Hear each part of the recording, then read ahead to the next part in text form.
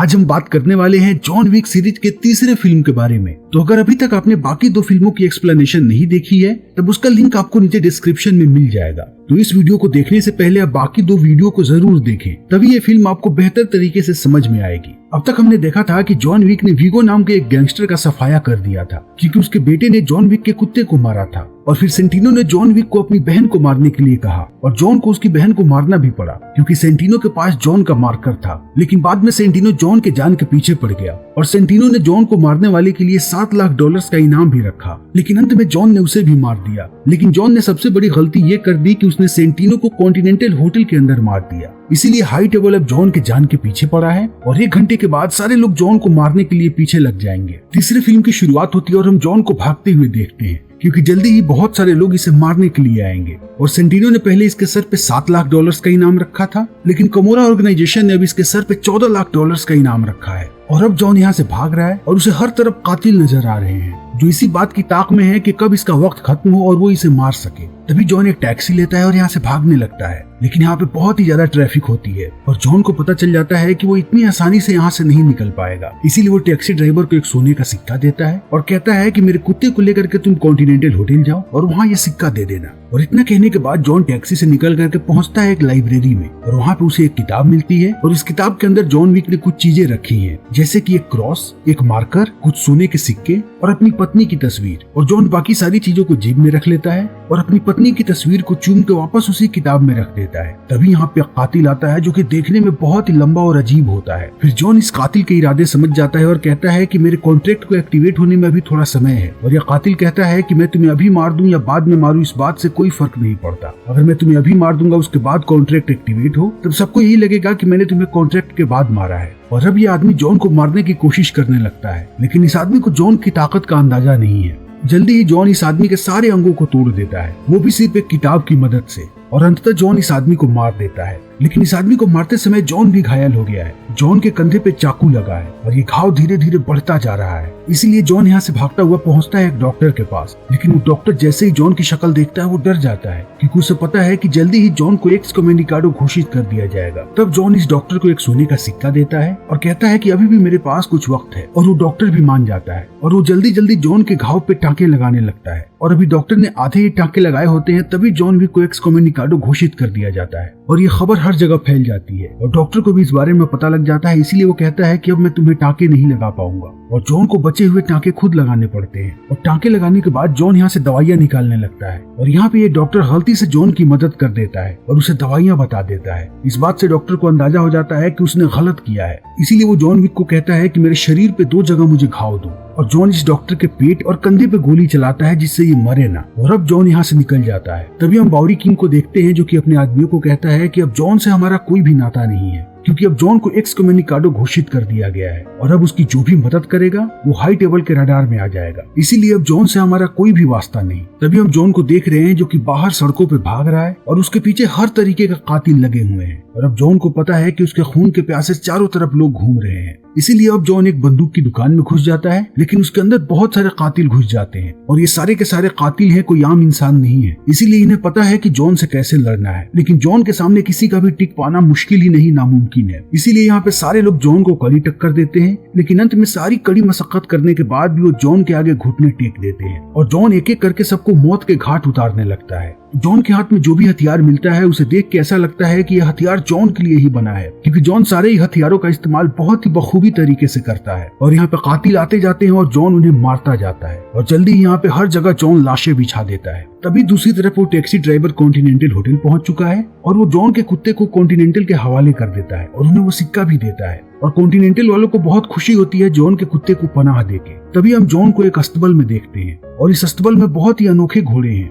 और जॉन को बखूबी पता है कि घोड़ों को अपना दोस्त कैसे बनाते हैं। इसीलिए जॉन जल्दी एक घोड़े को अपना दोस्त बना लेता है। तब तक यहाँ पे और भी बहुत सारे कातिल चले आते हैं और अब जॉन इनका भी सामना करता है, लेकिन इस बार उसके पास घोड़ा भी है। इसीलिए अब जॉन इन कातिलों का सफाया करने के लिए घोड़े की भी मदद लेता है और ये घोड़ा बहुत ही आसानी से सारे कातिलों के अंग को बेभंग करता रहता है। फिर इसी घोड़े पे बैठ के जॉन विक बाहर निकल जाता है और शहर की सड़कों पे वो काले घोड़े पे बैठ के जा रहा होता है और जॉन विक को देख के ऐसा लगता है कि ये कोई मौत का सौदागर है। और यहाँ पर भी कातिल जॉन का पीछा नहीं छोड़ते, वो बार बार उसके पीछे बाइक पे सवार होकर के आते रहते हैं, लेकिन जॉन भी इनका मुकाबला करने के लिए तैयार है। इसीलिए जॉन एक एक को चुन कर मारता है और जॉन इन लोगों को ऐसी मौत देता है जिसे देखने के बाद रूह कांप जाए। और जॉन ने अब इतने सारे कातिलों को मार दिया है कि जॉन के सर पे जितना इनाम था उसे अब बढ़ा दिया गया है। पहले उसके सर पे $14 मिलियन का इनाम था और अब उसके सर पे $15 मिलियन का इनाम रख दिया गया है। और अब जॉन यहाँ से निकल करके पहुंचता है एक औरत के पास और ये औरत रस्का रोमा क्राइम सिंडिकेट की डायरेक्टर है। रस्का रोमा में कातिलों को तालीम दी जाती है और उन्हें सबसे बेहतर बनाया जाता है। जॉन ने अपनी भी तालीम रस्का रोमा से ली है। जॉन जब बहुत छोटा था तभी से वो रस्का रोमा के साथ जुड़ा हुआ है। और यहाँ पे हमें जॉन के बारे में और भी बहुत सारी चीजें पता चलती हैं, जैसे कि जॉन की पैदाइश बेलारूज में हुई थी, तब उसका नाम था जर्दानी जोनोविच। और अब जॉन यहाँ पे इस डायरेक्टर से मदद मांगता है लेकिन वो मदद करने से इनकार कर देती है। तभी जॉन उसे क्रॉस दिखाता है। रस्का रोमा क्राइम सिंडिकेट इस क्रॉस को रोजरी कहता है। हाई टेबल में जितनी वैल्यू मार्कर की है, रस्का रोमा में उतनी ही वैल्यू रोजरी की है और जॉन के पास डायरेक्टर की रोजरी है, इसीलिए वो कहता है कि आपको मेरी मदद कैसे भी करनी पड़ेगी। और अब डायरेक्टर जॉन की मदद करने के लिए मान जाती है। और जब जॉन डायरेक्टर के साथ अंदर जा रहा होता है तभी हम देखते हैं कि यहाँ पे और भी बच्चों को तालीम दी जा रही है और इन सबको यहाँ पे लड़ने और कत्ल करने की तालीम दी जा रही है। फिर जॉन डायरेक्टर के साथ अंदर जाता है और रोजरी देकर के कहता है कि मुझे कैसे भी कासाब्लांका पहुंचना है, वो भी एकदम सही सलामत। और डायरेक्टर मान जाती है। तभी हमारे सामने कॉन्टिनेंटल होटल का दृश्य आता है और यहाँ पे हम एक लड़की को देखते हैं जिसे सारे लोग एडजुडिकेटर कहते हैं। और एडजुडिकेटर का मतलब होता है न्याय निर्णायक। और ये लड़की हाई टेबल से आई है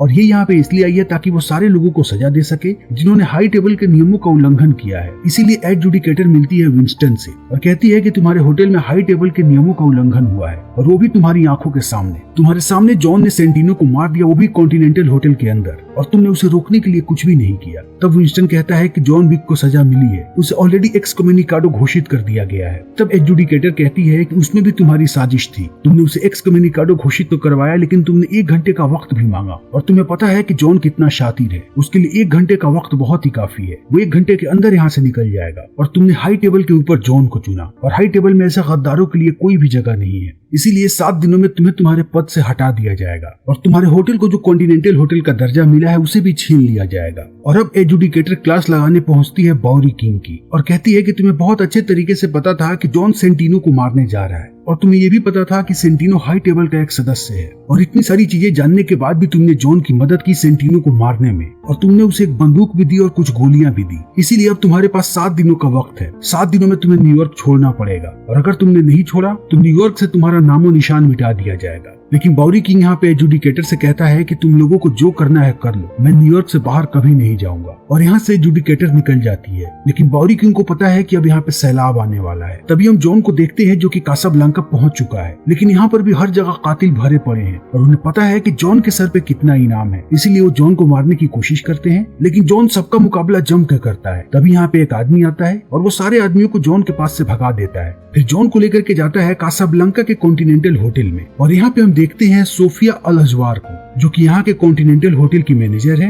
लेकिन सोफिया भी पहले कातिल हुआ करती थी और तब से सोफिया और जॉन की दोस्ती है। एक बार जॉन ने सोफिया के बेटे की जान बचाई थी, तब सोफिया ने जॉन को अपना मार्कर दिया था और आज जॉन वही मार्कर लेकर के सोफिया के पास आया है ताकि सोफिया उसकी मदद कर सके, क्योंकि जॉन को पता है कि उसे एक्सकम्युनिकाडो घोषित कर दिया गया है और अब कोई भी उसकी मदद नहीं कर पाएगा। और एक्सकम्युनिकाडो घोषित होने का मतलब ये है कि हाई टेबल के जितने भी नियम है अब आपके ऊपर लागू नहीं होते, यानी कि अब जॉन को हाई टेबल से जुड़ी कोई भी सर्विस नहीं मिलेगी और न ही उसके मार्कर की कोई वैल्यू है। लेकिन जॉन को पता है कि सोफिया उसकी मदद करेगी, क्योंकि सोफिया ने कभी उससे वादा किया था। लेकिन सोफिया कहती है कि मैं तुम्हारी मदद नहीं कर सकती, अगर मैंने तुम्हारी मदद की तो मेरा परिवार भी खतरे में आ सकता है। तभी जॉन कहता है कि मुझे तुमसे बस एक ही मदद चाहिए, मुझे बस बराडा के पास लेकर के चलो। और अंततः सोफिया जॉन की मदद करने के लिए तैयार हो जाती है। तभी हम एडजुडिकेटर को देखते हैं जो एक आदमी के पास जाती है और इस आदमी का नाम है जीरो। जीरो एक बहुत ही खतरनाक कातिल है और इसके पास बहुत सारे खतरनाक कातिल हैं जिन्हें ये अपना शागिर्द कहता है। और जीरो के लोग लोगों को आलू मटर की तरह काटते हैं,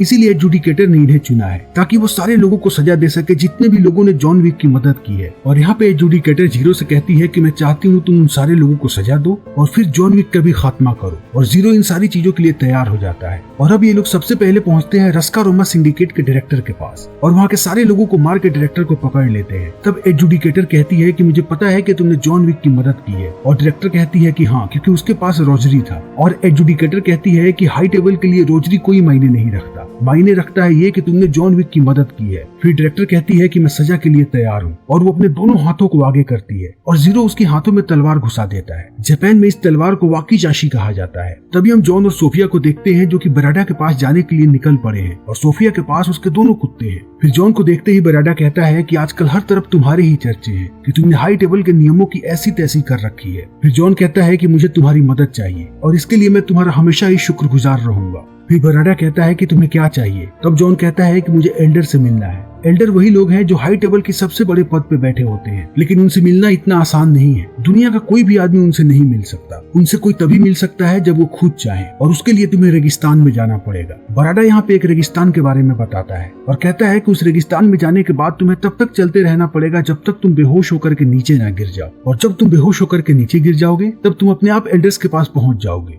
और जॉन इन सारी बातों को सुनने के बाद यहाँ से चल देता है ताकि वो जल्दी से एल्डर के पास पहुंच सके। तभी बराडा सोफिया से कहता है कि मुझे इसकी मदद के बदले तुम्हारा एक कुत्ता चाहिए, और सोफिया कहती है कि कुछ भी हो जाए मैं अपना कुत्ता नहीं दूंगी। और अब इस बात पे बराडा को गुस्सा आ जाता है और वो बंदूक निकालता है और सोफिया के कुत्ते को गोली मार देता है। और इस चीज को देखने के बाद सोफिया आग बबूला हो जाती है और यहाँ पे हर जगह लड़ाई शुरू हो जाती है और सिर्फ गोलियां चल रही होती हैं यहाँ पे। लेकिन सोफिया के कुत्ते को अभी भी कुछ नहीं हुआ है क्योंकि सोफिया ने उसे पहले से ही बुलेट प्रूफ कपड़े पहना रखे थे। लेकिन अब यहाँ के सारे लोग जॉन और सोफिया को मारना चाहते हैं और सोफिया और जॉन भी यहाँ के सारे लोगों को मारना चाहते हैं, इसीलिए यहाँ पे हर तरफ गोलियां चल रही होती है। तभी सोफिया अपने कुत्ते का बदला लेने के लिए बराडा के एक पैर में गोली मार देती है और फिर ये लोग यहाँ से निकलने लगते हैं। लेकिन बराडा के लोग हर जगह हैं, वो हर जगह से इन पे हमला कर रहे हैं और ये लोग भी बराडा के आदमियों का जम के मुकाबला कर रहे हैं। और इस लड़ाई में इनका साथ दे रहे हैं सोफिया के दोनों कुत्ते। ये दोनों कुत्ते भी एक के बाद एक लोगों को ढेर करते जा रहे हैं और जल्दी ये लोग यहाँ पे हर जगह लाशें बिछा देते हैं। और सारे लोगों को खत्म करने के बाद सोफिया जॉन को लेकर के पहुंचती है उसी रेगिस्तान में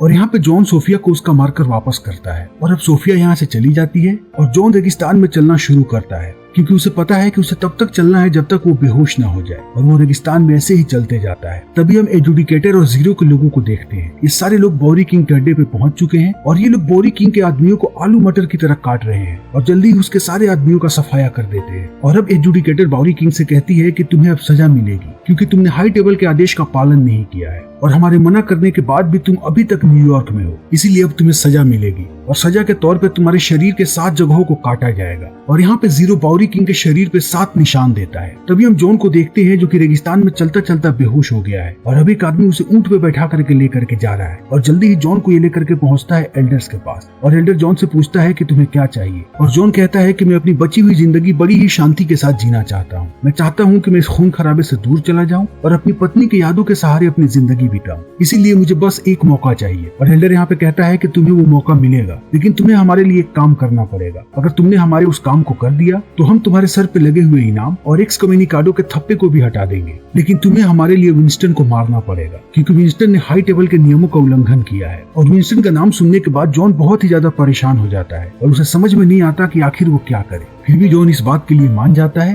और वो अपनी एक उंगली काट करके देता है एल्डर को और कहता है कि वो वादा करता है कि वो विंस्टन को मारेगा। और अब जॉन को यहाँ पे एक नया सूट मिलता है और जॉन पूरी तैयारी के साथ पहुंचता है न्यूयॉर्क। लेकिन न्यूयॉर्क पहुंचते ही जॉन की मुठभेड़ होती है जीरो और जीरो के लोगों से। लेकिन जॉन जीरो के कुछ लोगों को मारने के बाद एक बाइक से भागने लगता है और जीरो उसका पीछा करने लगता है। और अब ये दोनों लड़ते लड़ते पहुंचते हैं कॉन्टिनेंटल होटल के पास और जॉन कॉन्टिनेंटल होटल के सीढ़ियों पे हाथ रख देता है और जीरो उस पर हमला करने की कोशिश करता है, लेकिन कॉन्टिनेंटल का रिसेप्शनिस्ट कहता है कि आप ऐसा नहीं कर सकते, ये कॉन्टिनेंटल के अंदर है। और अब जॉन और जीरो दोनों कॉन्टिनेंटल के अंदर चले जाते हैं और यहाँ पे जॉन को देखने के बाद उसका कुत्ता बहुत ही खुश होता है। तभी जीरो जॉन को बताता है कि वो उसका बहुत ही बड़ा फैन रहा है। और अब जॉन पहुंचता है विंस्टन के पास और विंस्टन से कहता है कि मुझे यहाँ पे तुम्हें मारने के लिए भेजा गया है। और विंस्टन कहता है कि मुझे भी कहा गया है कि मैं तुम्हें मार दूं। फिर विंस्टन जॉन को एक बंदूक देता है और कहता है कि अगर तुम मुझे मारना चाहते हो तो मार दो, मैं दुश्मन के बजाय अपने दोस्त के हाथ से मरना चाहूंगा। लेकिन जॉन कहता है कि वो उसे नहीं मार पाएगा। तभी वहाँ पे एजुडिकेटर आ जाती है और वो दोनों से कहती है कि क्या तुम लोगों ने निर्णय ले लिया। और जॉन कहता है कि मैं विंस्टन को नहीं मारूंगा और विंस्टन कहता है कि मैं भी अपना पद नहीं छोड़ूंगा। तभी एजुडिकेटर कॉल करती है एडमिनिस्ट्रेटर को और कहती है कि कॉन्टिनेंटल होटल न्यूयॉर्क को रद्द कर दिया जाए, अब वो हाई टेबल का हिस्सा नहीं है।